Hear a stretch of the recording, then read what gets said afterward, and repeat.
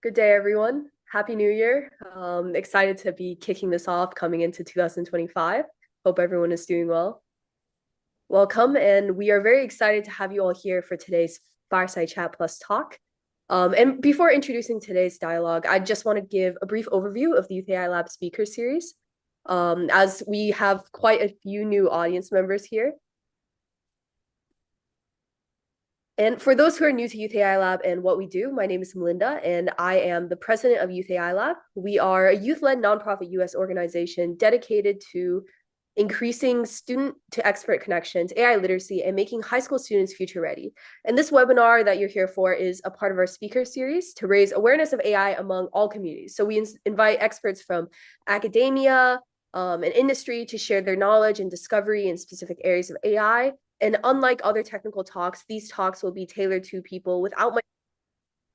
So therefore, they're fun to listen to and easy to follow. So, and we hope by that listening to these talks regularly, you'll be able to gain a solid knowledge of AI. So please help spread the word about our Youth AI Lab speaker series. And thank you so much for your support of this education and community service initiative. So please also consider visiting our website at youthay.org and sign up to receive announcements for other upcoming events such as this one.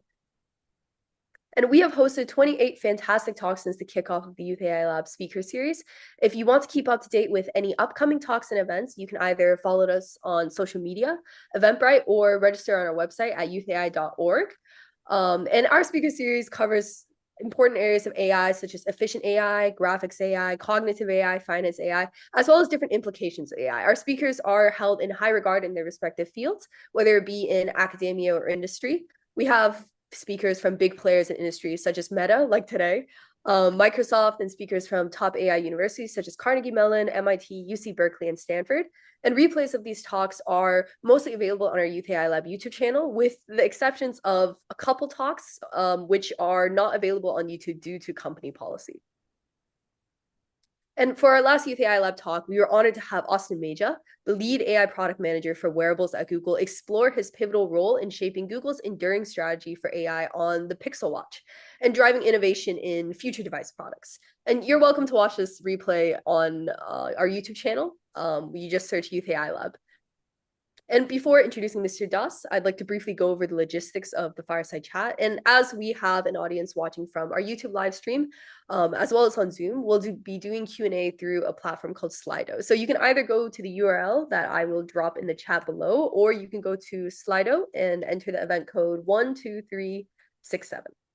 And so we encourage you to definitely submit any questions you have throughout our discussion. And we'll be answering them as a part of our Fireside Chat format. So you all, the audience, can engage in conversation as well with which our guests will be answering in the second half of our Fireside Chat. So I will drop the link in the chat below. So if you guys have any questions, feel free to ask them throughout the talk. And so now to introduce our guest today, Mr. Anand Dass. Mr. Dass has worked in tech for over 20 plus years, and he has experience in developer platforms, consumer marketplaces, enterprise software services, businesses, and AR and VR. And after graduating at MIT, Anand actually co-founded a virtual desktop company, and the company was funded by Y Combinator, Andreessen, Horowitz, and it was acquired in 2014. And before joining Meta, Mr. Dass was an early employee at Postmates, where he played a key role in scaling the company to nearly 1 billion in annualized GMV. And as a member of the executive team, he helped raise 100 million in Series D funding. And now Mr. Dass is part of Meta's Reality Labs, which makes virtual reality and augmented reality devices and experiences for the metaverse. He has led Meta's efforts to expand the content on Meta's platforms to verticals such as wellness, fitness, education, creator tools, travel, and retail. In addition to his work at Meta, Mr. Dass is actually also a Producers Guild of America Innovation Award nominee for his contributions to Kurzgesagt, Out of Scale, which is sort of a science technology enabled virtual and mixed reality educational experience. And since we're actually doing things a bit differently today, we're thrilled to have Mr. Dass joined by another special guest who will bring his expertise to the conversation, this time from the AI side. So as we're exploring how VR, AR, and AI are increasingly intersecting and shaping the future, it's only fitting to bring in a visionary who has been at the forefront of AI innovation. So he will be joined in the Fireside Chat by Dr. Chenyang Xu, who is a renowned AI technology leader, IEEE Fellow, and co-founder of the Silicon Valley Future Academy. And Dr. Xu currently serves serves on the advisory boards of Johns Hopkins University's Biomedical Engineering Department and has previously served on the advisory board of UC Berkeley's Electrical Engineering and Computer Science Department. And he also held the role of General Manager and Chief Technology Officer at Siemens Global Technology to Business Center in Berkeley. So now I'll first hand the floor over to our brilliant guest, Mr. Dass, inviting him to delve a bit deeper into his background and share with us more about his work in the field, including shedding light on his insights from this intersection of VR and AR. So let's give a warm welcome to Mr. Dass. Thank you. Thanks, Melinda. I know we have a lot of people on the call from different parts of the world. So good morning, good afternoon, good evening, wherever you're based. Thanks for joining us today. We'll just probably quickly talk through a few things that Melinda had prepped me to talk about. I'll share my screen here in a bit. But important disclaimer, I'm not representing Meta here. My views are my personal views. They do not represent any organization's views. And then a lot of the content that you're going to see today, is very much the copyright owners are the copyright owners. I've kind of used them to tell the story, but they are not mine to own and distribute. So with those two important disclaimers, because it's probably this content will live on the internet for a really long time, let's just dive in. Melinda suggested I talk about a couple of things, my personal journey, because we have a lot of high school students here. And then second, talk about AR and VR and how I've seen the evolution and where it's going. And then bring home how AI impacts or how AI could inflect what we will experience in AR, VR in the coming years. So those are three things that we want to talk to in today's session. So with that, I'm going to start sharing my slides and we can dive in. Melinda, just let me know if you're able to see my screen. Yes, everything looks perfect. Okay, so this slide should say disclaimers, yes? Correct. Okay, great. I'm going to minimize Zoom, so I won't be able to see anything going on. So you'll have to jump in and speak if you need me to stop or if anything gets glitchy. Yeah, Melinda? Sounds perfect. Okay, great. All right, we've gone through this disclaimer, so we'll just dive in. Okay, so I grew up in India in a super small town. I've never publicly talked about this story on the internet yet, so this will probably be the first time. And I grew up at a time where, there was no internet. And even when internet was around, it was super expensive and unaffordable. Computers were not cheap. So my first exposure to the internet back in my little town called Madurai in India was in 1997. And there's this concept of internet cafes where you would go in, you would walk into the internet cafe and you would pay money and then you would rent the computer for 30, 60, 45 minutes and then you would get on the internet. And so I was probably 17 at that point. That was my first exposure to computers and the internet. And this was when Windows 95 and Windows 97 just started. And for those of you who probably are used to handle computers, this is what a computer used to look like in the past. And it so turned out that one of the major applications when the internet was born was the ability to chat. And that hasn't changed over the last 25, 30 years of the internet. There used to be Internet Messenger from AOL. And I remember getting on AOL Instant Messenger and chatting with somebody who lived in New York. And that just blew my mind that, this kid living in a small little town in India who couldn't afford a computer and couldn't afford to get on the internet. Somehow I was able to get on the system and talk to somebody millions of miles away and have a conversation. And that taught me the power of what was to come with the internet and the computers, which means that, it was this medium that allowed, technology was this medium that allowed people to escape the constraints that they were born into and expand, literally physically and mentally expand their horizons. And so that took me down the rabbit hole of technology. And then I moved to Japan to work on technology because that was when Japan's technology industry was leading the world between cell phones, chips, and robotics and automotive. They were on a boom, and a lot of the cutting edge work was happening in Japan. So I spent a bunch of time in Japan working on silicon, consumer electronics, chipsets, cell phones, so on and so forth. So I sort of went deep into the rabbit hole on technology. And then I decided, hey, I wanted to start a company. And, the part of the world where back then was the easiest to start companies in technology was the US. And so went back to school at MIT and found a couple of incredible computer scientists, some of the smartest people I've ever worked with, and we started a company together where we moved out to the Valley and we tried to build back in the day a virtual computer, all in the cloud. And this was when the evolution was happening from desktop computers to things appearing in the cloud, and Google Drive had just started and Google Docs had just started. And so we were asking ourselves the question, if all your information is moving from a physical computer into the cloud, why have a physical computer? And so we tried to build this virtual computer.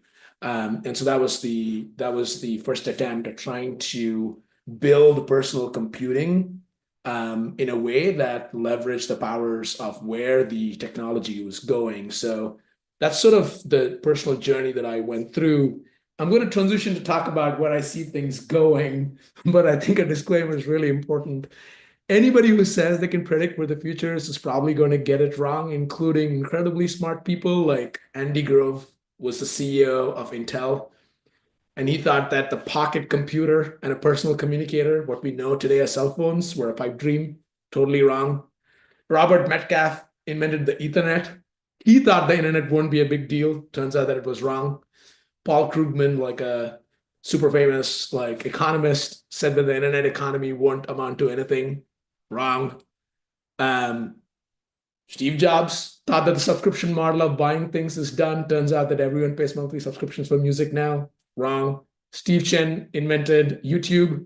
There aren't enough videos to watch. Turns out that all of us are on videos on the internet now. And Bill Gates said that, you just need 637 KB of memory for a personal computer. And now we have computers in gigabytes and even terabytes and much larger personal computers. So I'm telling this so that we can sort of frame whatever else I'm going to talk about as I could be wrong, and we'll see how we can look at where the future is going. And I think one useful thing to look at is patterns. The personal computer, which was a desktop, used to look like this, and now it looks like this, which is a thin little laptop that you can take along with you, or things in handle form factors like your iPads and your tablets, right? So there's this pattern of multiple systems, as you can see, right? There's a speaker, there's a CPU, there's a display, there's a keyboard, there's a mouse, and there are disk drives. Inputs and systems continue to disappear and fade and fade and fade, and the form factor gets more compact. That is a clear trend. Same thing happened with cell phones. Their first cell phone used to be this big, and then over time, cell phones shrunk as well, and the antenna started disappearing. And as we all know now, there's probably no cell phone out there that has physical keyboards, and it's all touchscreen, right? So technology inputs and computing paradigms, the modes start shrinking, and the peripherals and inputs start becoming smaller and smaller and eventually disappearing, right?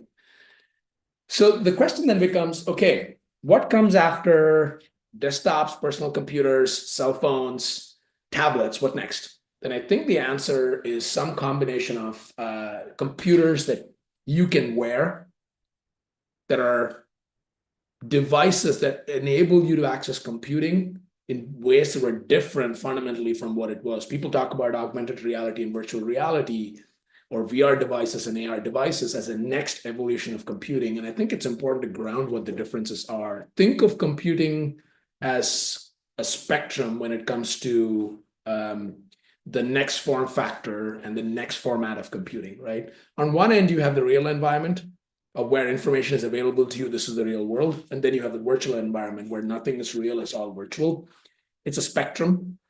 And it so turns out that in the real environment, the world is completely unmodeled. What that really means is that you are seeing the real world, and computing information and surfaces are overlaid on top of the real world. And then the other end of the spectrum, you have devices where you don't see the real world. What you see inside and the information that's overlaid that you interact with is completely modeled. And so the world you see in this device is completely modeled. Now, in computing as we've known it so far with desktops and laptops and mobile phones and tablets, you are looking at the internet. And what you will see happening slowly with virtual environments and virtual reality is like you are in the internet where the world is completely modeled.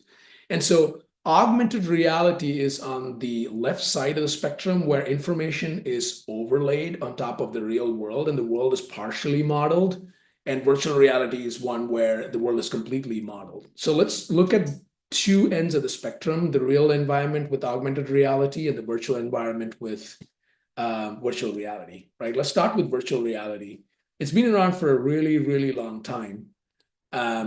All the way from like 1960s, where people tried various ways to simulate a virtual world. And it's gone through multiple evolutions, including Google Cardboard, which you would stick your mobile phone into.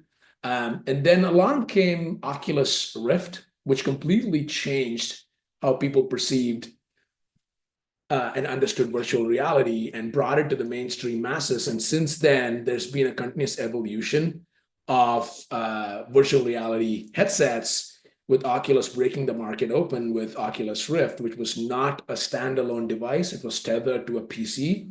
And then the PC disappeared and you got a standalone device. And over the last few years, devices have gotten better and better and better as you've started exploring as the market has grown for virtual reality, right? Between Quest 2 and Quest Pro and Quest 3 and Apple Vision and HTC Vive Flow and the immersed visor, this pattern of like, you're progressively seeing more and more powerful wearable computers that are head-mounted displays where you have virtual reality and applications, and it's almost like you have a computer in there to do everything that you need to do. And you will notice this trend of interfaces slowly starting to progressively disappear and devices becoming sleeker and sleeker. So that's kind of like what's happening with virtual reality. The question is, what is the impact of AI when it comes to virtual reality? I think there's three big buckets of things to think about. One is AI helps better spatial understanding for these devices. So for example, what you're seeing on the left side of the screen is a footage from a virtual reality headset, which has mixed reality, which means you're able to see the real world around you. So the walls and all of this is like real. Like what you see here at the bottom is like reality. And then on top of that, virtual objects are overlaid, right? Whether it's an avatar, whether it's a virtual music DJ console, a virtual piano. These are all like real apps and products that are out there on headsets like Meta Quest, where the world understanding of what's in the real world, where these objects need to lie, where your hands are, how to play music, all of this continues to get augmented by AI because it has spatial understanding of the physical world in which you are operating, which was not something you could say for laptops and desktops and the previous versions of computing, where it's kind of like unconnected or disconnected from your real world surroundings.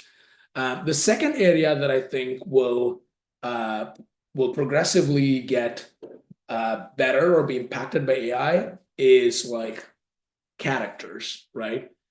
Computer experiences and programs that become AI characters with which you engage and you interact, and they will teach and you will have emotional relationships with them for experiences like education and mental health and wellness. And all of these, the power of like AI characters to look and start and feel like real world characters that you're used to, that you would work with in the real world, is actually going to become a lot more ubiquitous. And the third is the worlds themselves, right? To build a virtual world, to build characters in those virtual world, to add motion, to add storyline, to add narratives with a gameplay or otherwise, it took manual work to design those worlds, render those worlds, and write the storylines and build them from scratch. With generative AI, both the worlds and what happens inside those worlds will be driven increasingly by AI. So the place where I think AI intersects nicely with virtual reality and head-mounted displays are these three buckets of better spatial understanding, more powerful characters that can interact with you better, and expansive, fantastical, magical worlds and things that happen within them that are only limited by the imagination of either the programmers or the users who are interacting in those worlds. So that's what I think is going to be the impact of AI in virtual reality. There's a lot more, but those are probably the three big buckets. Now let's go to the left side of the spectrum, which is like augmented reality, um, which is the second side we want to explore. Um, just like what you saw with mobile phones and headsets, you're increasingly starting to see this happen with like augmented reality devices as well, from a bunch of companies where you're starting to see the form factor of glasses. You're starting to see some of them with displays where you can see things. Sometimes there are no displays. But the idea really here is virtual reality is more indoors and augmented reality is actually more outdoors, where you're traveling in the world with these devices that you take along with you, whether you're walking or you're out there in the world. Um, Typically, what these augmented reality devices have is obviously this like glasses. Sometimes they have displays, sometimes they don't have displays. You know, waveguide is a technology people use to display, add display to it.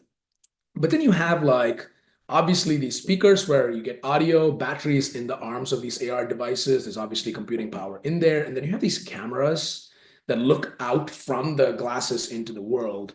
And so typically an augmented reality device, and obviously there's sensors, so like a combination of these technologies in a shape or a form factor like glasses, but there's also smart watches out there that are starting to emerge. So a lot of this is how augmented reality would start appearing to consumers. One of the devices that's caught on in the world is Meta Ray-Ban smart glasses. These don't have any display, but you can notice that it's got a camera right here. There's speakers here. You can interact with Meta AI and talk to it and ask it questions if you're doing a math problem or you have questions about things that you want insights into. You can get it to recognize images because these cameras can take a photo, process it using AI, and come back to you. Look, for example, like, hey, what am I wearing? And suggest a hat that can go well with it. It's able to process this information and come back to you with a recommendation. You can do the same with like video. So if you're out there in the world, you can turn on these cameras. You can ask it what you're looking at, and it will tell you, look, this is a sculpture or wherever you are. And also like live translation, the ability to listen to a person on the other side, take that audio input, process it, understand it, and play back in the language that you understand. So these are all some examples of how AI is accelerating augmented reality. These are without any displays, but it still makes it super valuable because what it's doing is augmenting your ability to understand the world around you with superpowers that you don't have in a form factor that's easy for you to use every day as you walk around in the world. And then we're starting to slowly see an emergence of display devices. And one of the more recent ones that have come out where the market seems to be positively receiving it is the Meta Orion smart glasses. So this actually has a display, and then you have an EMG wristband that allows you to control the display. And what you're able to really do is get holographic display on the lens. So now you have a screen, so to speak, where you can view information, including like make video calls and phone calls and like browse the internet. And you have spatial awareness where these glasses can look at real world objects and Meta AI can detect them for you and explain, okay, if you have chia seeds, bananas, cacao, oats, like what is a recipe you can make, for example, right? So like, I think the idea that like there's holographic display, you have the ability to interact with other applications, and Meta AI or any AI for that matter, depending on what the product is able to have spatial understanding and real world understanding of the objects to help you and give you superpowers. So that's where I think like it used to be that AR and VR was a separate world and AI was a separate world. And now these are starting to converge. And when we're talking about prediction, the last thing I want to leave everybody with is something that I thought Ben Thompson did a phenomenal job. He's a really smart thinker. He writes a lot of stuff about technology, strategy, and businesses.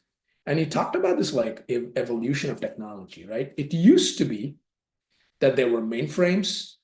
You would engage with these mainframes through the terminal.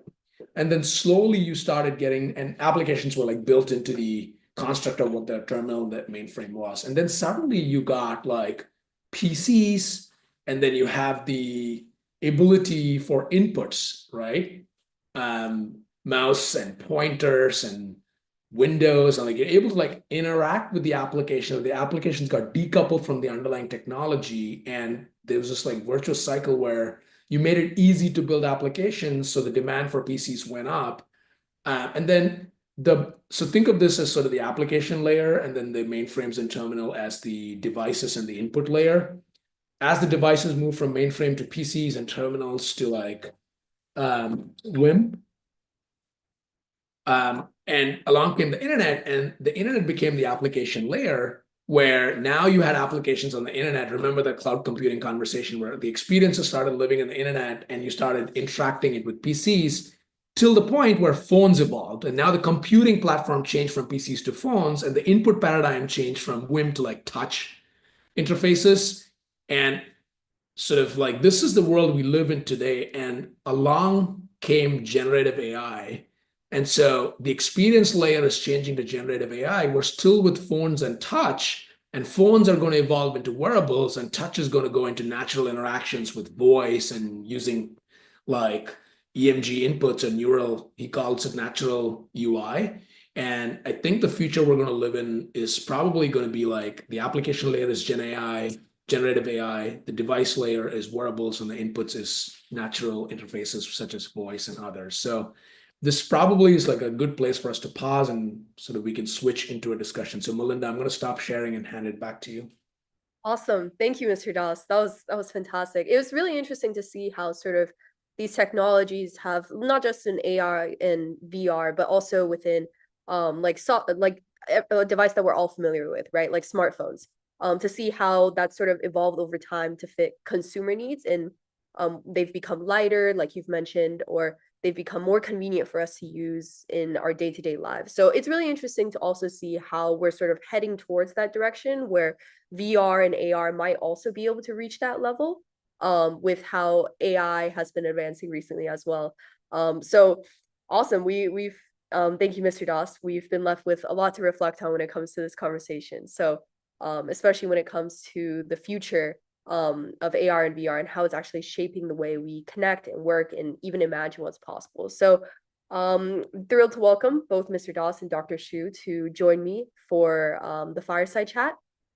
So we're excited to have both of you all here, share your perspective, and sort of bring together the marriage of these two fields. So let's jump right in. And Dr. Xu, I'd actually love to start with you. Since we've heard a little bit about Mr. Doss's journey growing up, and how he actually was brought to actually come into this field in the first place. But I'm actually curious about yours. Would you be able to share sort of one childhood experience or a moment that had the most significant impact on inspiring you to pursue a career in this field of AR, VR, or artificial intelligence? How did it shape your path into this field? Okay. Thanks, Melinda. It's a pleasure to be here and speaking to a young audience. And Anand, nice to see you again. And it was a fabulous talk. I really enjoyed it. It's really cool. I think both Anand and me share something in common. And I think a lot of us get into this field is our childhood experience shaped our interest and imagination. And then we asked what could be possible. And then we kind of step by step we got the deep rabbit hole like this now. I remember my really the first moment. That's a really good question. Was actually when I was 11 year old, and my father is a biochemistry professor. So I grew up in a northwestern part of China, more like North Dakota, I guess, of U.S.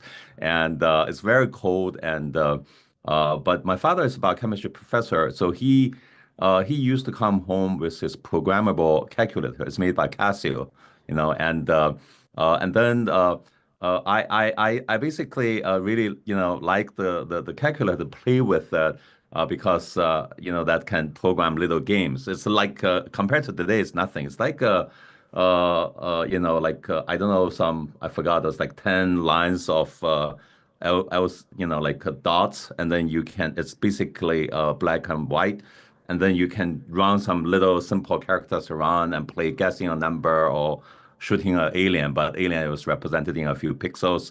And so the manual came with about 10 games. So I really enjoyed the enter these funky, because it's not a whole keypad. It's a program and calculator, and then just to play with it. I spent hours on endless fun, and then trying to use my father's programmable calculator. And so that eventually lead me also a lucky event. Even though I was in a remote area of China, but back in the 80s when Apple came out, Apple II became a mass product. United Nations has donated computers to countries which has remote area want to help education. And so in China, my school actually got the first batch of donation of Apple II. So I became the first young kid back in 1984, was able to get my hand on Apple II. Our school actually got that. And before anybody else in the more developed area of China. And then I started, playing at it using basic, assembly, building a computer program that can sing and gaming, and then lead me to a computer science major, eventually a career in Siemens, and now basically technology education and investment, etc. But it's inside. It's always about the fun, and imagination. From childhood, I love science fiction, and just think the world will be different, and this is how cool is that. So yeah. I think it's amazing how we sort of just all come from the small things, and it ends up being sort of how these technologies can actually help us to imagine, like you mentioned, Dr. Xu, help us to actually imagine what is possible and truly make those sort of moments that we imagine into reality.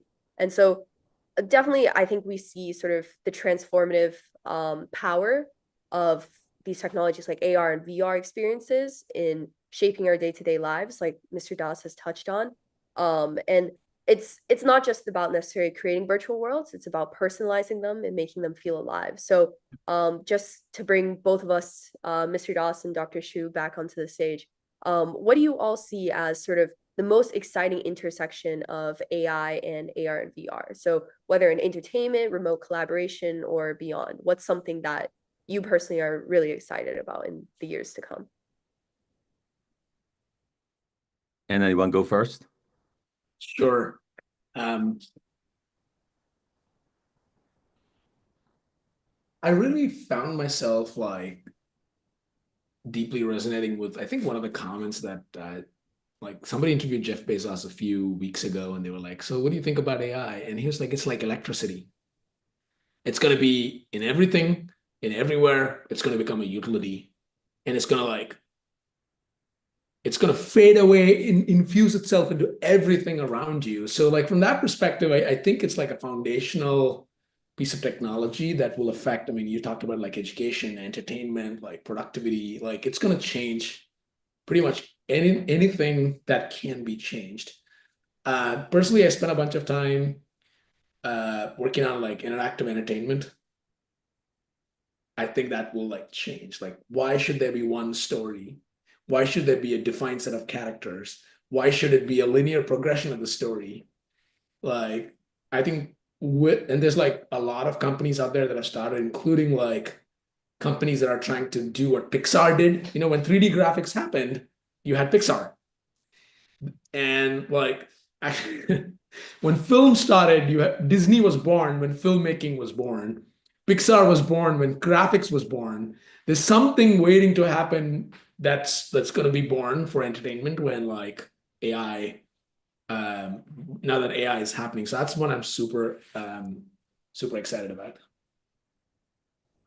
Okay, so from my side, I think it's really the merging of augmented reality, virtual reality, mixed reality, and artificial intelligence.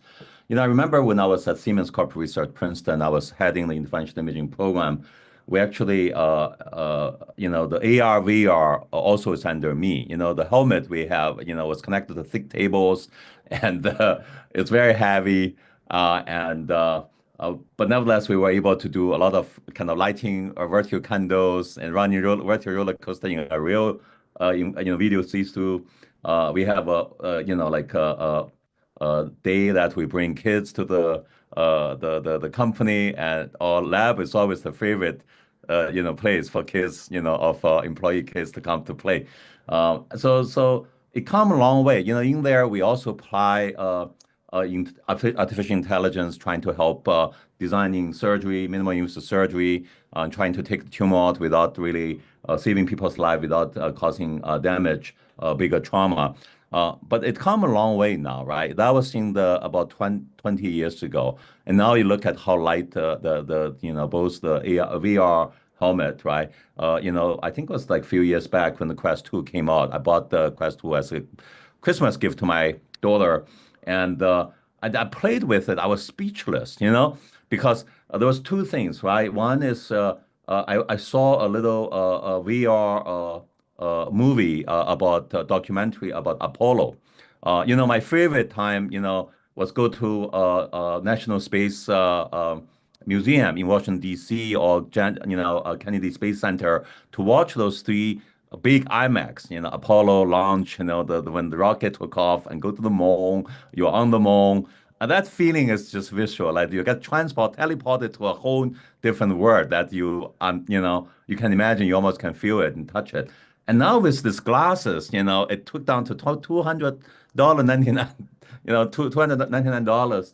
And then you can have even better experience than IMAX, that costs, tens of millions to contract. You're next to the astronaut when they were launching, when they do 3, 2, 1, you see the feeling. It's just that visceral emotion is very important, and it just means a lot to me. And then be on the watching documentary on New Year's celebration around the world, right? And with the audience with VR, and then obviously play games, like cyber, etc. It's just a lot of fun, right? And so I think those areas just my even though I do a lot of serious technology, on healthcare and energy and automation, but I think it's the light fun part, which is in my childhood, which I think is the merging of that is very important. One more thing, I'm a big fan of a book called The Hitchhiker's Guide to the Galaxy. I think this is also, there was a movie made 20 years ago. The novel was written almost half a century ago. I think Steve Jobs and Elon Musk also love it. Elon Musk actually, when some of you may not know, years ago, I think it was 6 years ago, he sent a roadster through his Falcon rocket to the space. That's supposed to go to Mars. That has a dummy, on it. In that car, there was a book. It's Hitchhiker's Guide to the Galaxy. And then there was a big, message on the screen called "Don't Panic," and that was a famous thing there.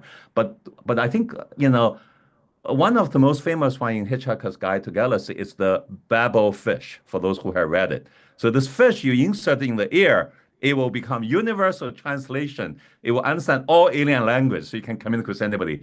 I think now with the AI, the merging of AR and AR, particularly AR glasses, where you will get a modern Babel fish for everybody. Basically you can talk to anybody, speak to anybody, understanding their language. This is coming. So there's a lot of excitement on what's possible with merging of AI and AR. And I think AR for me, VR is very exciting, but AR, you're really in the merging of the digital world and real world. I think this is going to be a big deal. And especially as Anand said, the technology will disappear eventually. It become part of our ambient environment. It's everywhere. Every object become intelligent, can be a display.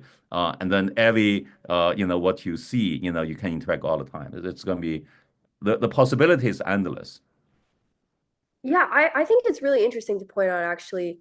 Both of you have discussed I'd say very diverse different applications of sort of these technologies, whether it be from storytelling, building these customized worlds where you can play as the character in the movie, which is absolutely amazing. It's definitely steps beyond what we've been able to accomplish in the past, but also Dr. Xu mentioning sort of other sides, right? Like in healthcare, potentially even on the sides of surgery, how this technology can actually play a role in making sure more lives are saved. And it's really interesting to see how the applications are actually endless. And like Mr. Das also pointed out, the quote that he mentioned actually really resonates because AI will be the new electricity, right? So, but in order for that to happen, with AR and VR, I think there's definitely, we have to see a shift from sort of the devices that we'd consider probably more as clunkier, quite large, probably harder to wear on a day-to-day basis. But we're also already seeing those sorts of leaps, right? Mr. Dass, I know Meta recently unveiled the prototype of the Orion AR glasses, which seem like a huge leap forward in AR technology. So I'm wondering, how do you see these glasses influencing sort of a future of immersive AR experiences? And how do you envision them enhancing both personal and professional use?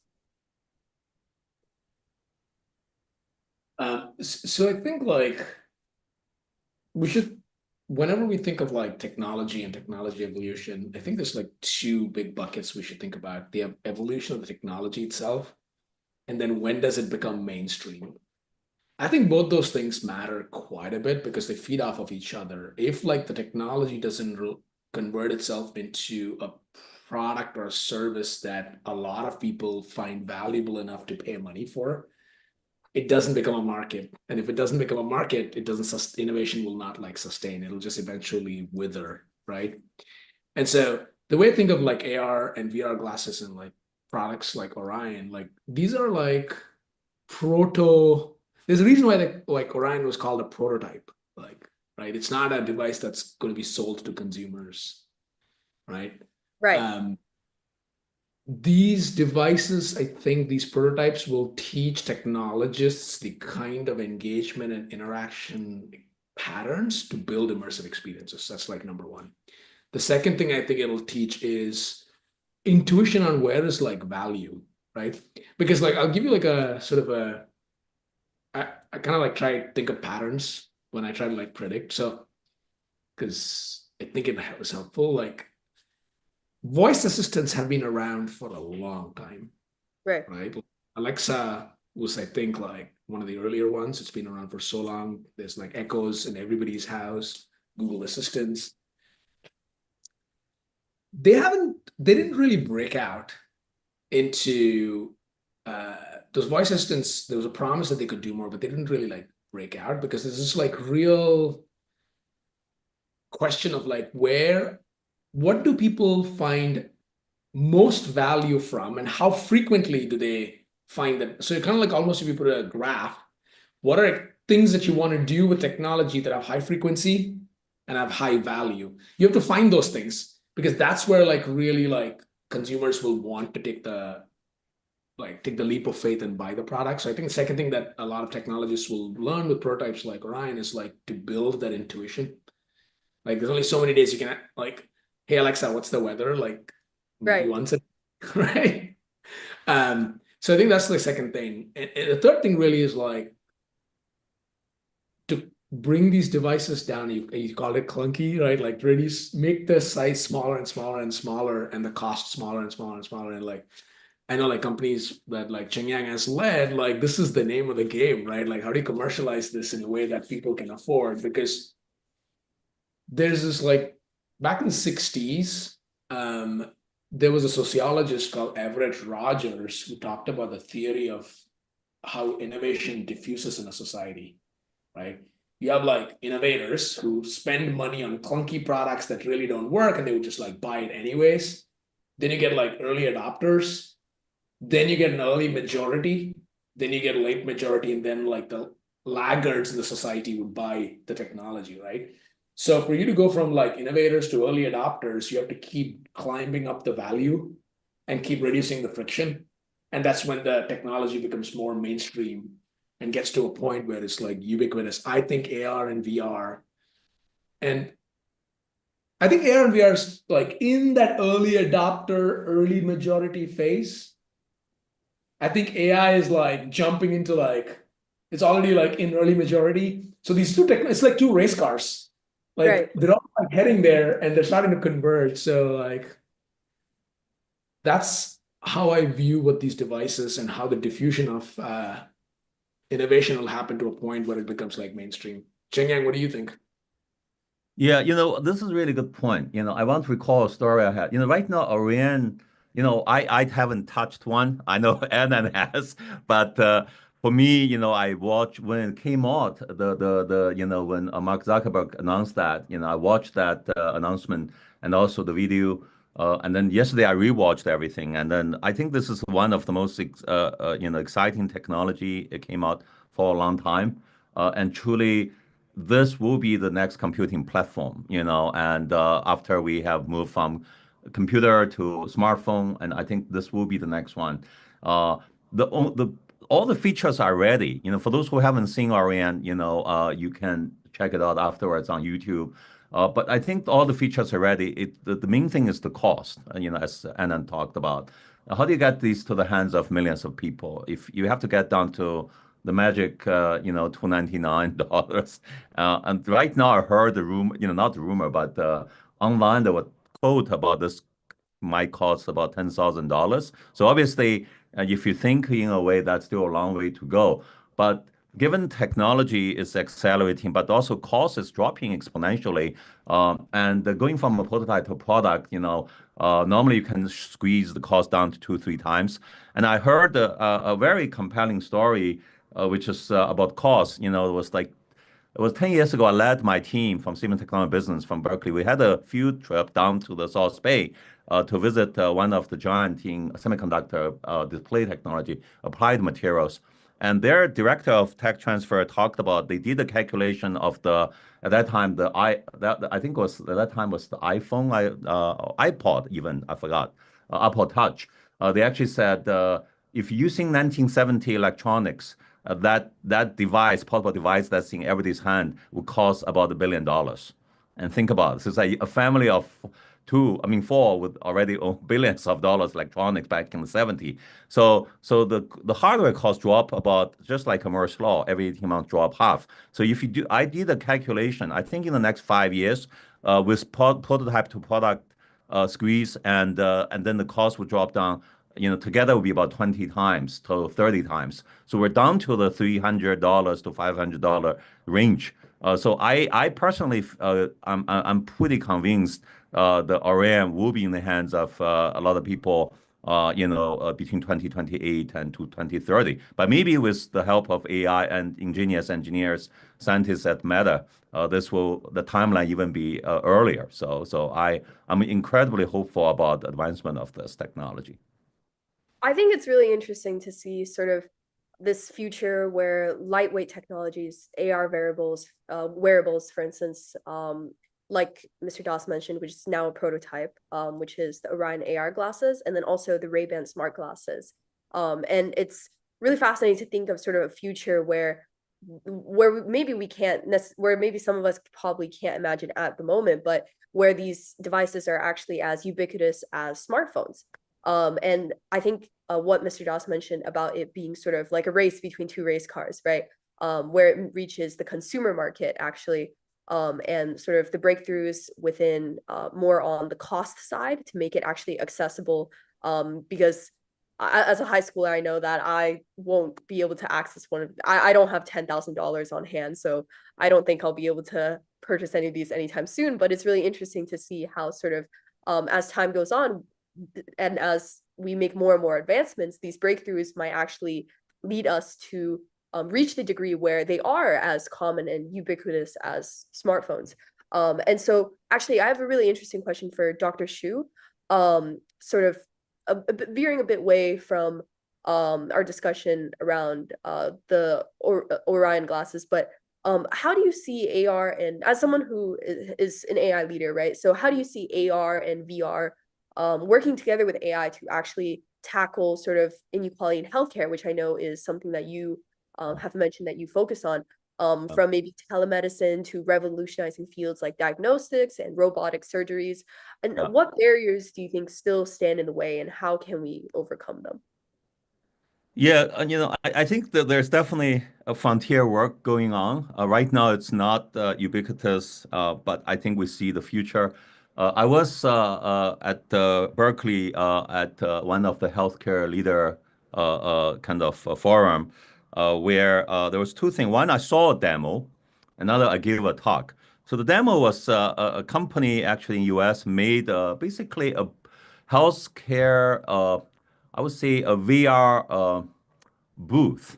Basically, it's like a kiosk, and then the kiosk is basically the front is it's a life. It's like from floor to a like it's like I'm 6 feet and 6 feet 3, so that tall, right? 7 feet.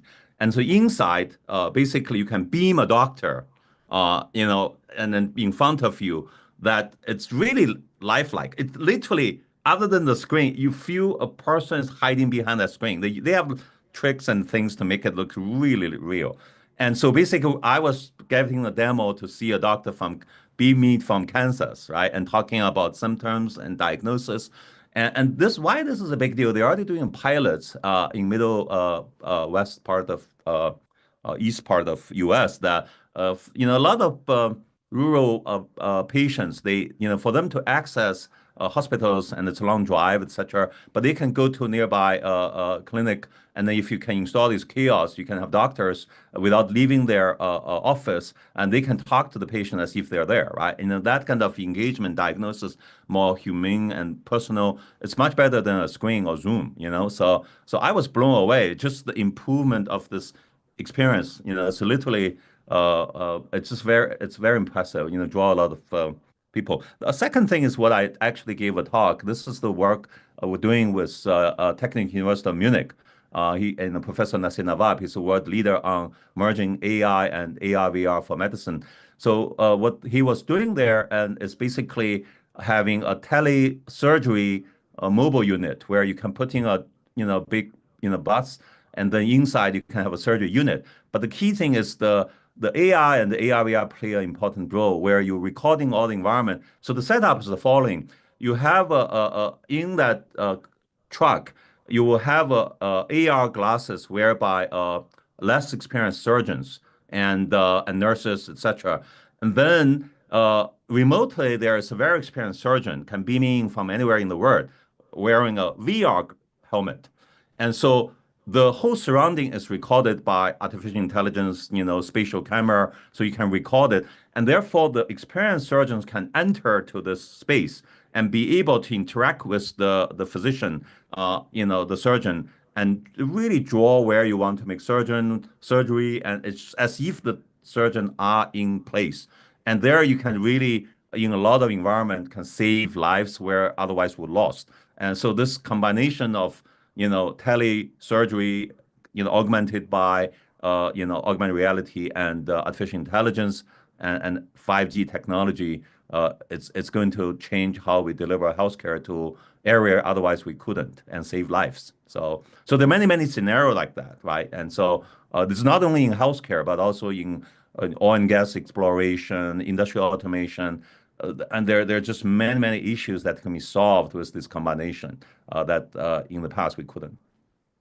I think it's really beautiful to point out how technology actually, with intention, we can actually use it to make things that weren't necessarily as accessible to certain groups before, and really deliver the care or deliver the support that they actually need through technology because of just how accessible it is and how common it is in our day-to-day lives.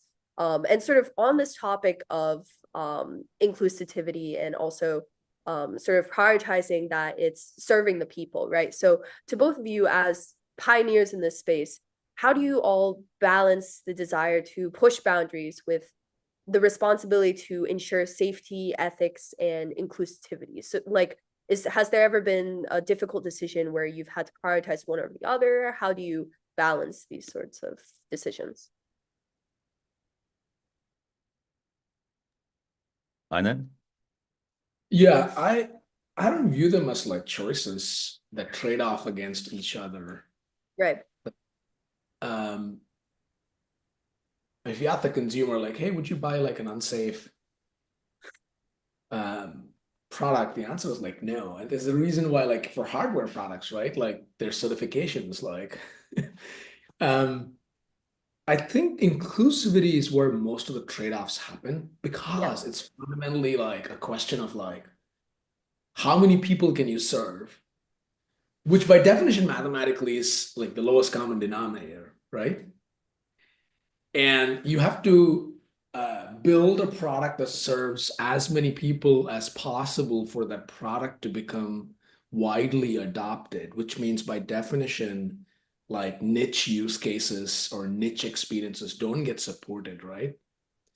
So that is kind of the what I see a lot more of the trade-offs happening because it becomes a mathematical question, right? Do I build a product that serves like 1 billion people, or do I build a product that serves like 50 million people with a specific like need? And often the answer always is like mass market, right? Because that's when you can like to Chenyang's point, like how do you cost it down? You need scale and volume. Actually, I wanted to go back to the question that you asked Chenyang around the areas that would be impacted by AI in a way that was like contributing to society. And like Chenyang talked about healthcare. I was reflecting on that, and I was like, there are two areas. There's two things that I think AI and AR, VR, so let's just call it like wearable devices, right? AR, VR, and AI, wearable device and AI can like profoundly, I think, change and provide like consumer and societal value. I think one is empowering the consumer more than we've been able to empower in the past, right? Computers empowered people like Chenyang and me. Like mobile phones have empowered a generation of like kids, because it's putting information in the hands of people. And I think wearables will do that too. You're already starting to see this with like watches, right? Yeah, for sure. Like on your Apple Watch or whatever, people are now tracking like their, if you have an AFib, you can actually see that. If there's like, you've you basically taken information knowledge from the experts that was locked away and put it into devices and software that people can actually interpret and manage their own stuff, right? So I think like that AI will only make it easier and easier because what it's doing is it's like making it easier for you to like access knowledge about things that you don't know. Mm. Because what AI really is English as a programming language to manipulate a set of software. I mean, not even a set of software, like most of these systems are like essentially, I mean, we're not going to get deep into like how AI works in this session, but like essentially transformers seek attention based on what context you give it, and it is able to continuously progress and find the next predictive token and the next predictive token and the next predictive token, and is able to compile that back together in a way that makes sense for you. So this is essentially what software programs are, right? Like you essentially write a command that has functions. Those functions go and touch registers, do some operations, and brings information back. Except that AI is like a software-defined computer that once it has access to all the information in the world, which is what the internet is, it can serve you in ways that are a lot more empowering. So I'm like super excited about like how the individual can get empowered, which is also going to be true for employees. Mm. Right. And a lot of high schoolers on this call, like probably when you start working, you'll be writing a lot of documents, you'll be making a lot of slides, you will be doing a lot of spreadsheets, you'll be doing a lot of analysis if you're, what it's going to do is it's going to do to those, like you don't have to do the heavy lifting to do that. You can actually spend your time in critical thinking of asking the questions that matter so that the system can go do the legwork to bring you back the information you need. And then you apply judgment on top, right? So I think this is why, at least, as long as we're building these systems in a way we can trust them, which is super important, and they're safe, I think this will be a productivity enhancer to a lot of individuals, even at work. So like, I'm like super excited by empowerment, both for consumer use cases and for like. For sure. And Dr. Xu, would you like to jump in on that? Yes. So basically, I think inclusivity, if I'm just picking inclusivity and accessibility as an example, I'm most passionate about two things right now, application-wise, of the merging of AR, VR, and AI, is healthcare and education. And if you look at healthcare, and because in my entire life, I was more developing advanced technology and advanced healthcare products, surgery product for economy that can afford it. So mostly it's the developed countries. If we're only looking at the US and Europe alone, that's about the 1 billion people, right? But the world is 8 billion people, and we have more and more people, in the growth rate in developing countries. So I feel, how can we make and then the healthcare technology, advanced health technology, to bridge the gap on the bottom 4 billion people, which annual income is less than $5,000. And that's really where you make the biggest impact. And I'm not going to expand it out, but, in the talk I gave at Berkeley, I actually outlined a plan how we can impact bridge the healthcare gap for the bottom 4 billion with the technology like AI and AR, VR, as well as innovative open innovation platform and also innovative long-term patient capital, philanthropy, etc. So that actually generated a huge resonance from the leaders, at that time. The other thing is education. Education, I would say I was very inspired by the Professor Thomas Furness from University of Washington. He's a legend in AR VR space. He's widely known as the grandfather of VR. So he actually gave a talk at use AR Lab before, which I found as fascinating. So I'm on the advisory board on the Virtual World Society. He once told me that he and his team had done experiment on children's, like elementary school students learning concept. The traditional way is learning from the books, and then you're learning and teaching in the classroom, and then you learn from the video. But then if you put the VR into these kids, you actually found, the students actually have a big disparity. Some may get A, some B, some get failed using the traditional learning approach. And the gap are shrinking if you, introduce videos. But when you introduce VR, the learning outcome is identical. Why? Because in VR, everybody learning different modes, and the traditional education is only tailored to a particular way of learning that may favor one type of student. And, but with VR, when you're learning physics, you can basically spin an atom, when you or a planet or a galaxy, and then all kinds of things make it very real, and they learn much quickly, effectively. And this is a beautiful example on how you can actually now with Gen AI and all the contents, education material can be generated very quickly. Virtual world can be constructed quickly. Previously, it's very prohibitive. And so all these I think, will transform the future of education. Not only inclusivity is not only in developing countries, but also in developed countries, we have kids who have disability or they have different modes of learning. Those are basically being put on disadvantage on the traditional learning. So I think this will make a huge impact on the future of education for everybody. So. Right. And I think the main thing I think is to highlight through what you all have said is really the power of AI, VR, AR to actually empower the communities that we're trying to serve, right? So like for instance, Dr. Xu, I know you've mentioned sort of the bottom 4 billion, those who are not able to necessarily access healthcare. And I know, Mr. Dass, you've mentioned sort of in workplaces and for high schoolers, right, going into the workforce, and also along the lines of even just managing your personal information that you didn't necessarily know about. Because I know personally, I know some people who actually use their wearables, sort of like Google Pixel Watch, to actually manage their insulin. So as people who are diabetic, it's a good way for them to keep track of those things, and sort of the empowerment that this technology actually provides to help us make these informed decisions, right? And speaking of sort of just, of course, there are a lot of very exciting applications out there with the rise of both technologies. I'm actually wondering, Mr. Dass, as someone who is sort of specialized in the metaverse, I'm wondering, what do you think most people, both in tech and the general public, are maybe getting wrong about the metaverse right now? Like, how might these misconceptions, are there any misconceptions that you would say people have on the metaverse?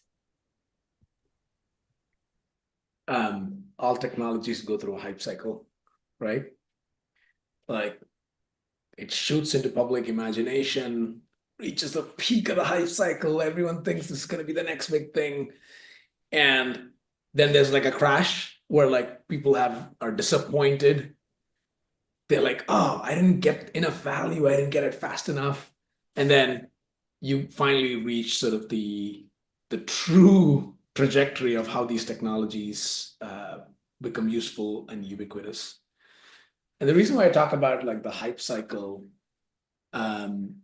is I forget what this theory was. I think it's called the Amara principle. Like humans overestimate the impact of technology in the short term and underestimate the impact of technology in the long term.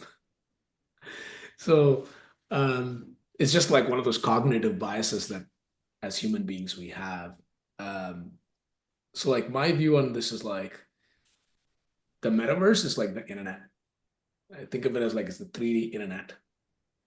It's not a device, it's not a computer, it's like not a product, it's not a technology. Like when I was doing research for this, I was like, how do I like share patterns with high schoolers that will help them see the future? One of the quotes that I came across was like, the internet is a fad. This was like published in New York Times or something.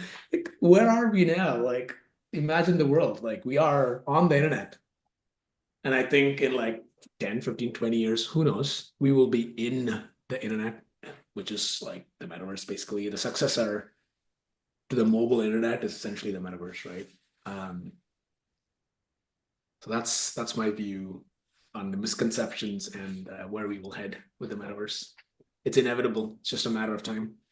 For sure, yeah. And definitely I like how you mentioned with the hype cycle, right? As soon as a new technology comes out, there's a lot of like, I know when AI first came out, there was a lot of sort of fear, like sort of pointing towards Marvel movies like the Age of Ultron, right? Of what these technologies could potentially do and how they would take over everything. And there's definitely a lot of sort of misconception on some sides. Like you said, sort of people sometimes overestimate their sort of near future impact, but also in the long term, their the kind of impact that that'll have. We also have a really interesting question from the audience that I'd like to ask both Dr. Xu and Mr. Das, which is actually someone's asking. They're asking on the topic of sort of game development, but I think this could actually be applicable in other areas. Do you think AI will take away from thoughtfulness and creativity in creating games and maybe pushing out indie developers? Is the question from someone in the audience. Chenyang, do you want me to take that? Do you want to take that? I think you just take on this one. I won't have comment on this. Just get more questions from the audience. Go ahead. Whoever asked this question, incredible question. It's a question that I wrestle with like quite a bit. Where I netted out on this question and similar, like basically like where does AI replace like human creativity and thoughtfulness? The place where I landed is no. What it will remove is really boring work that indie developers didn't have to do in the past. I mean, that they had to do in the past and will no longer have to. Because I think that's the same thing that computers did for us, right? Who sits and like punches cards to do math or uses abacus anymore? Like you just moved on to more complex pieces of work and given the fundamental work away to like the computer. The same thing is going to happen with AI too. Like I don't have to do like a character animate. Like sounds like this person is a game developer, so I will use game developer language. Like character animation, shading, baking, like 3D modeling. Like why do all of this manually when what you can focus on is the overarching goal of your project, whether it's the storyline, the level progression, like how are you going to deliver gamer delight and like what I think is going to happen is the number of boring tasks will get delegated and your creativity will like is where you will spend your time is my belief. So the answer is no, because I see that happening when I use AI on desktops already. And I've stopped having to write major things. I will set the context, be creative about the questions, let the system produce the answer, and then I will scalpel the answer to a point where I'm comfortable that it represents my point of view. So yeah, that's my perspective.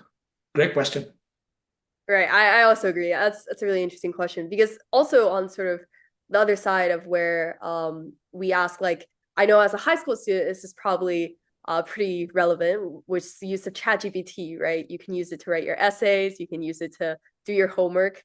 But I guess there's also sort of thought of while you may be able to use it to write your whole essay, I think there's something really interesting about being to have sort of like an assistant on the side to sort of maybe help you come up with ideas and sort of provide frameworks and also get rid of sort of the things that take a longer time, right? The more menial tasks, like Mr. Das also mentioned on the side of game development. And so we actually have another question from the audience asking sort of also on the app development side, I would say. They're asking for people who want to sort of generate profit from phone app development with AI. They're asking sort of what kind of app would you suggest and what kind of app would necessarily attract users. So this is an open question for whoever wants to answer it. Go ahead, Anna. This is your realm. Man, I wish I wish I knew the answer to the question definitively, because then I can go start that company and make a lot of money. But I think that since you talked about mobile phone, it's not AR, VR. Like going back to patterns, the internet used to exist before the phone. When the phone showed up, there was a mad scramble to convert websites into mobile-friendly websites. And then mobile app development became a huge business. That's going to happen with AI as well, because what's going to end up happening is search has already moved slowly, progressively moving away from browser search into like asking the AI questions, right? Right. Next step is going to be the AI will take actions for you. Book a ticket, like get an Uber, like whatever might be the action you want it to do. And this is typically called in AI circles agents or agentic behavior. As a mobile app developer, the question is like, how can I make basically apps don't need UI anymore because no human is going to go do the work. It's going to ask an AI agent to go do the work for the human. So you can take all applications out there that travel booking or like ordering specific things or like even B2B applications, companies are going to need to make their finance applications, whatever else, business applications, agent first, not UI first. And I think the same evolution that we saw will happen. So if you're trying to build a mobile business, pitch how to build agents and how to make their software agentic. Technology is not fully there yet, but I think that's the next way for mobile app development. Right.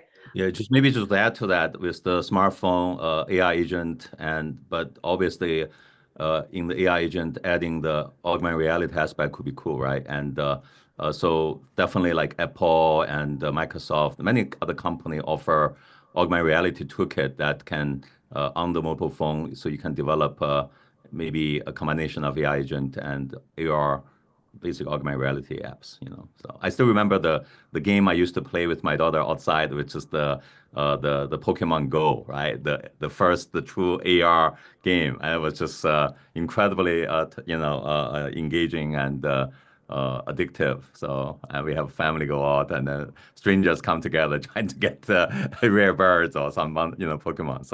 So I think AR is going to be that's just a beginning of what's to come. So the combination of AI agent and AR. So I think there's also a really interesting question that both I had and also someone from the audience had to both Mr. Das and Dr. Xu. What's one question you wish more people would ask you about sort of the future of these technologies like AR, VR, AI, and how would you answer it?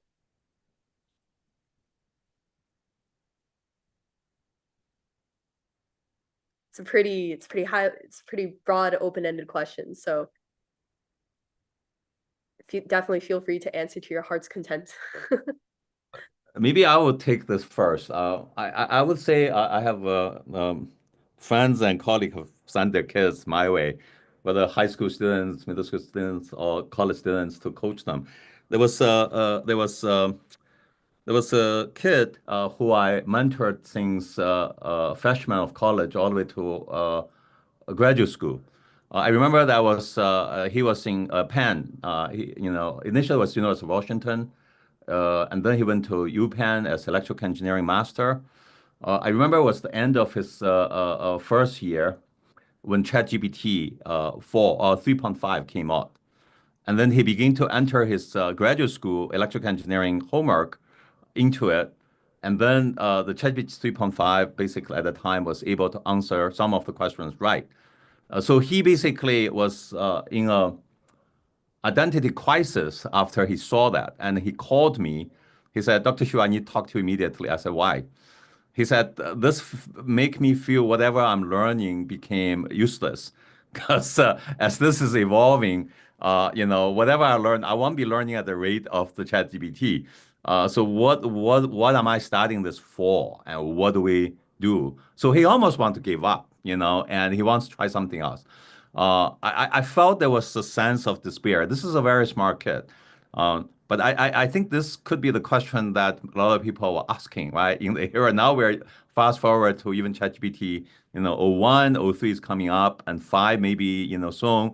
And then at least oh 01 is matching the PhD level. So why are we starting, right? What do we study for? So there was really two things which I gained over the years of mentoring kids and also supervising adults, and as myself. One is, there's basically you can think about internet solve the information problem, right? So basically, no matter where you are, you can access information. And then the university schools are teaching knowledge. So you still have to go to the school. But now, the knowledge become commoditized, right? You can get ChatGPT, you can ask any question, it can perhaps even answer question better than your teachers. But there's a next level of after knowledge. After knowledge is commoditized. It's wisdom.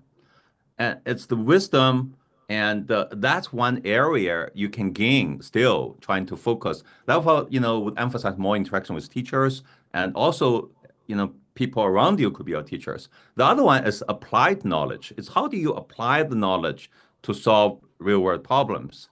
And so that's something ChatGPT can only give you some suggestion, but you have to go and do it.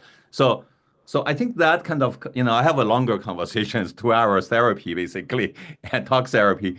I think he calmed down, eventually finished that. He now is having, had a good career, going forward. So I think that's very important to think about in the era of we have artificial intelligence, immersive world, especially, now OpenAI, Sam Altman was saying, we're no longer AGI company, we're ASI company. What does ASI mean? It's artificial superintelligence. And so there's prediction in 10 years we're going to get the AI agent will be 10,000 times more smart than human brain. And what does that even mean? I mean, many of the audience today, 10 years is not a long time away in the future. And this will have a huge impact in your future, how you, study, what's your career and what's your life, and be able to reflect these questions in the era of the rising intelligent machines and the merging of digital and real world. What's my role? How do I contribute? I think those are the questions are very important. I'm just like Anand, even though that will pose a lot of questions or serious issues and unintended damage to the society, economy. But I always believe the ingenuity of the human, the creativity of human, and we can rise up to do more sophisticated work and leave the boring work to machines. So.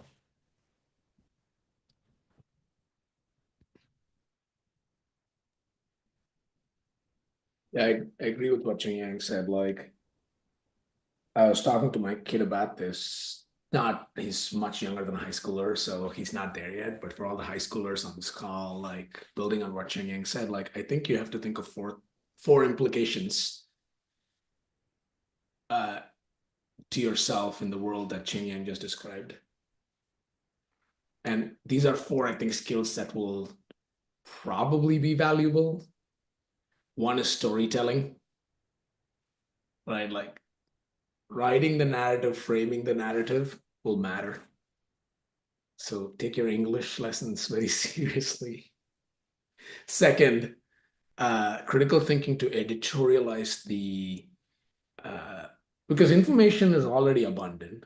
AI agents will make it so much easier for you to get all this information. Like your job will be to like critically evaluate whether it satisfies the goal or the problem you're trying to solve. So I think editorialization and critical thinking. And the third thing is like, it's kind of related, is like synthesis, right? You have to make connections from disparate sources of outputs that disparate agents will produce or disparate AI systems will produce, and you have to like synthesize that into a um, coherent output. I think that combined with understanding the broader context, whether it's like the societal context or the context of the organization you're working in, like things that AI will not have understanding of because it is not software, it's like humans, right? So I would say like storytelling, understanding the context, synthesizing the information, and having critical thinking to editorialize are probably four things that will matter a lot more in the future.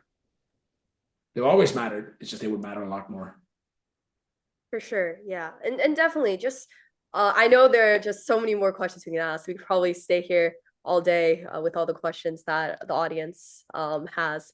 But just to be mindful of our time, I'll just leave us with one final question. With so much to explore in this space, one question that feels especially relevant and important, particularly for our audience and the work we're doing at Youth AI Lab, which is to both of you as leaders in your respective fields, how can high school students today prepare to make a meaningful impact in these fields?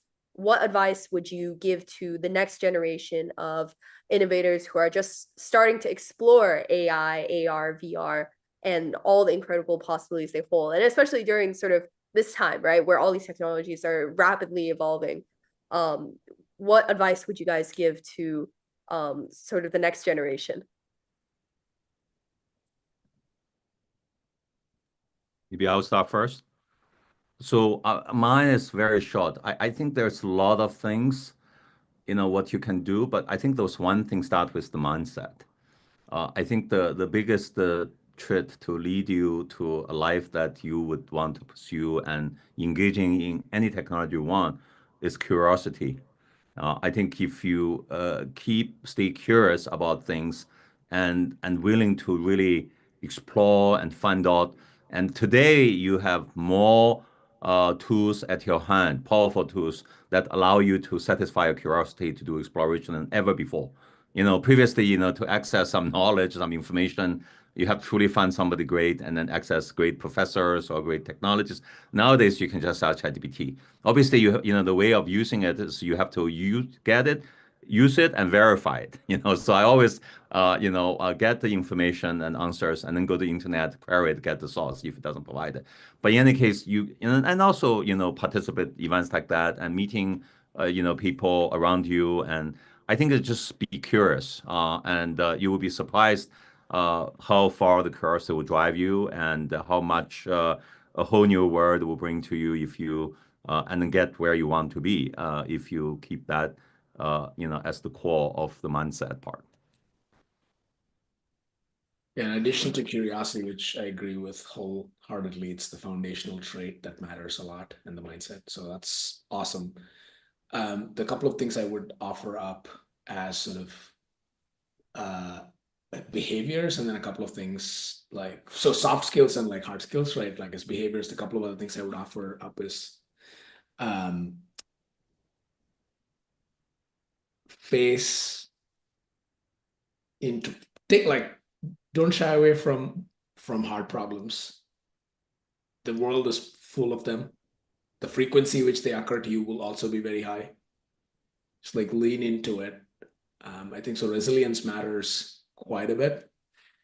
And associated with that is just execute, right? Like you just have to take one small step, another small step, another small step, another small step, and then the compounding effect kicks in. So even if you feel like there's no progress, like you just believe that the compounding effects of compounding will happen. So take small steps and keep making small progress, and before you know it, it'll look like a big progress. For sure. And with that, I think that's a great place for us to sort of close.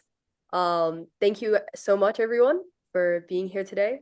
Thank you Mr. Das and Dr. Xu for sharing not only your time, but also your insights and sort of vision for the future, and also sort of sharing your experience in the fields and how essentially you guys have come to become involved within this industry, and also how you all are shaping it as well, right? And not only shaping the future of AI and AR and VR, but also inspiring the next generation of innovators like us here at UTI Lab, which is something we're deeply passionate about. So apologies. And yeah, and also I'd like to thank my teammate Chen Livia for also helping me with moderating. And of course, I want to also thank all of you, the audience, for being here today with us. You all are, as we've said, the next generation in sort of tackling the problems that the world sees, and also it's a process. It'll be a journey, like Mr. Das said. And there's actually a quote that I personally really like. I forgot who it was by, but it was a journey begins. It was a journey of 1,000 steps begins with one step, something along those lines. So, and the fact that you all are here today, taking time out of wherever you are in the world to tune in, and to listen to the expertise and insights of Mr. Das and Dr. Xu just shows you guys are taking that first step, right? So that's definitely something to be really excited about. And for all of you who want to stay connected with Youth AI Lab and keep up to date with our future events and opportunities that we'll provide, I've dropped the Eventbrite link and other resources in the chat, the link to our YouTube channel where you can watch replays of past talks, along with our website. So definitely feel free to reach out, follow us, and join us as we continue to explore the exciting world of artificial intelligence, and these technologies like augmented reality, virtual reality, and their potential in shaping the future, and the role you guys will play in that as well. So thank you all once again. And once again, thank you to Mr. Das and Dr. Xu for joining us today, and providing such a wealth of invaluable insights for us to sort of walk away with. Thank you all for coming, and have a lovely rest of your day. Thanks, everybody. Bye.